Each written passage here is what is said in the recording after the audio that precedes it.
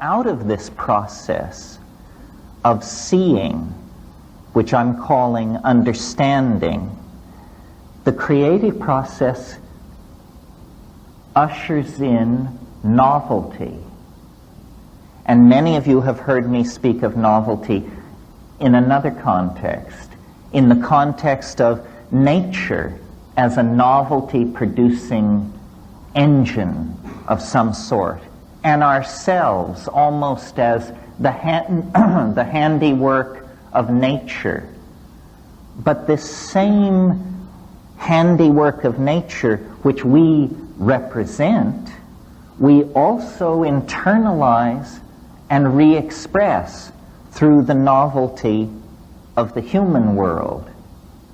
Well, now, if we take seriously the shamanic model as a basis for our authentic art, then certainly in the modern context, what we see missing from the repertoire of the artist are shamanic techniques. And it's for the discussion of these shamanic techniques, I believe, that I was brought here this evening. So I want you to cast your mind back to a great seminal moment, germinal moment in the history of human thought, which was about 25,000 years ago. The great glaciers that had covered most of the Eurasian landmass began to melt, and human populations that had been islanded from each other for about 15 millennia began to recontact each other and reconnect. And out of this comes what is called the Magdalenian Revolution from 18,000 to 22,000 years ago. And what it is nothing less than a tremendous explosion of creativity and aesthetic self-expression on the part of the human species. We find for the first time, bone and antler technology takes its place along with stone technology. Musical instruments appear over a wide area.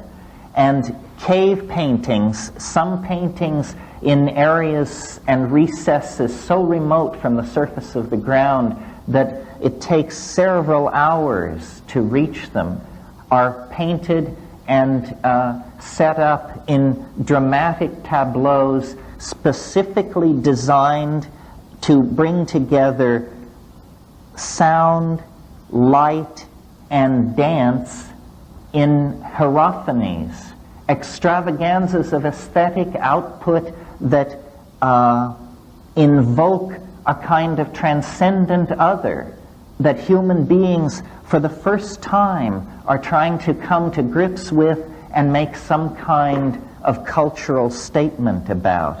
And this pulling into matter of the ideas of human beings, first, in the forms of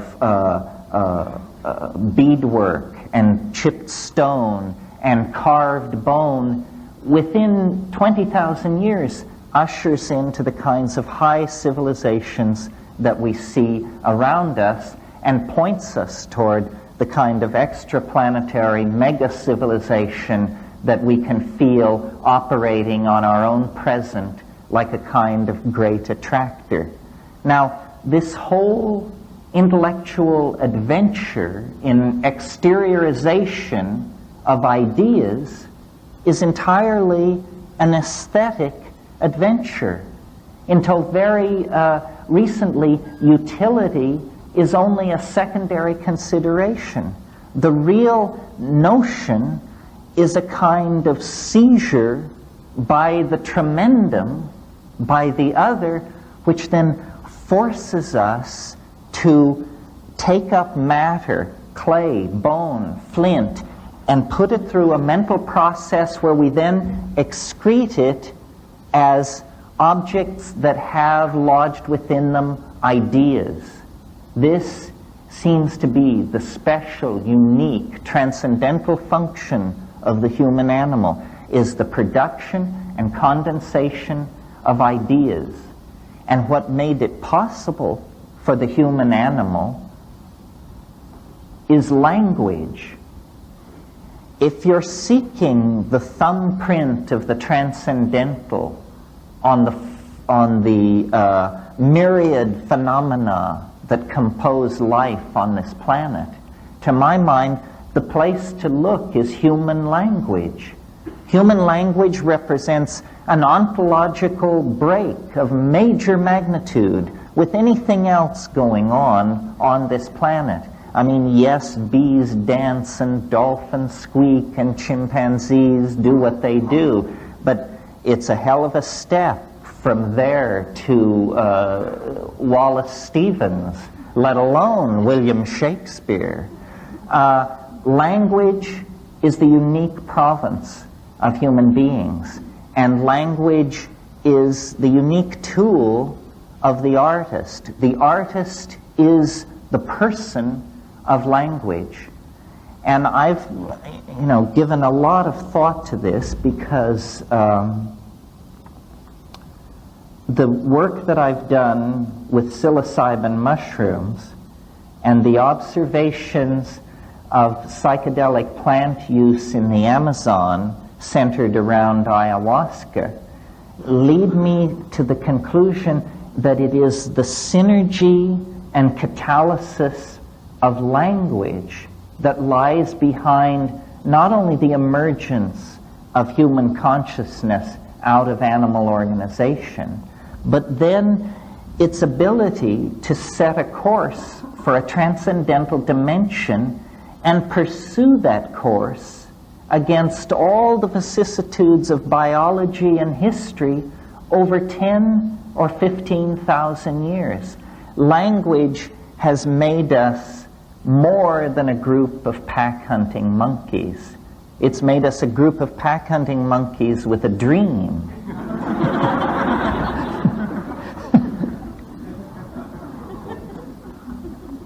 And the fallout from that dream has given us our glory and our shame, our weaponry, our technology, our art, our hopes, our fears. All of this arises out of our own ability to articulate and to communicate with each other. And I use this in the broadest sense. I mean, for me, the glory of the human animal is cognitive activity, song, dance, sculpture, poetry, all of these cognitive activities. When we participate in them, we cross out of the domain of animal organization and into the domain of a genuine relationship to the transcendent.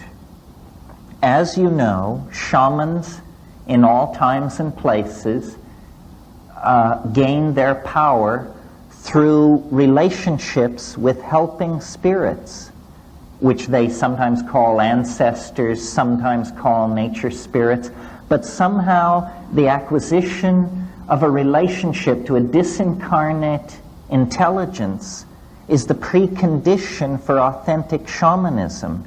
Now, nowhere in our world do we have an institution like that we do not consider pathological, except in the now very thinly spread tradition of the muse, that artists alone among human beings are given permission to talk in terms of my inspiration, or a voice which told me to do this, or a vision that must be realized.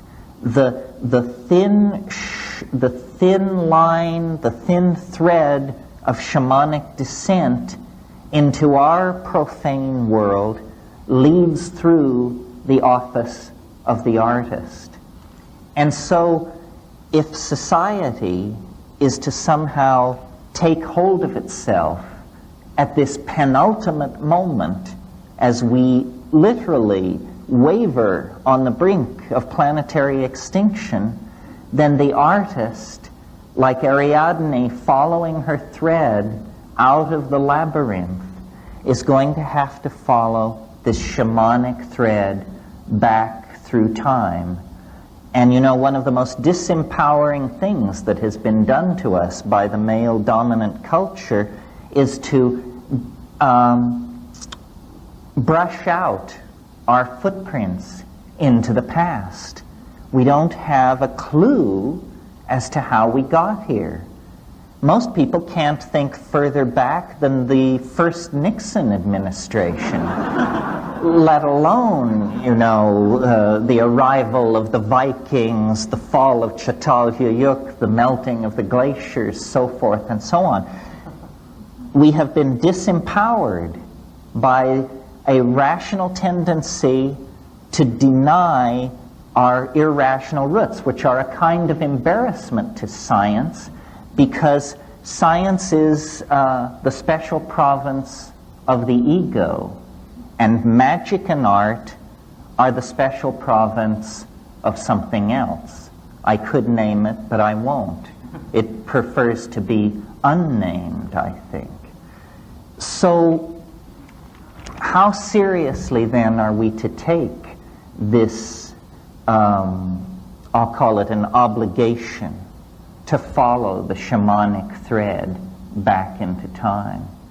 Well, I think that it is a matter of saving our own souls, that this is the real challenge.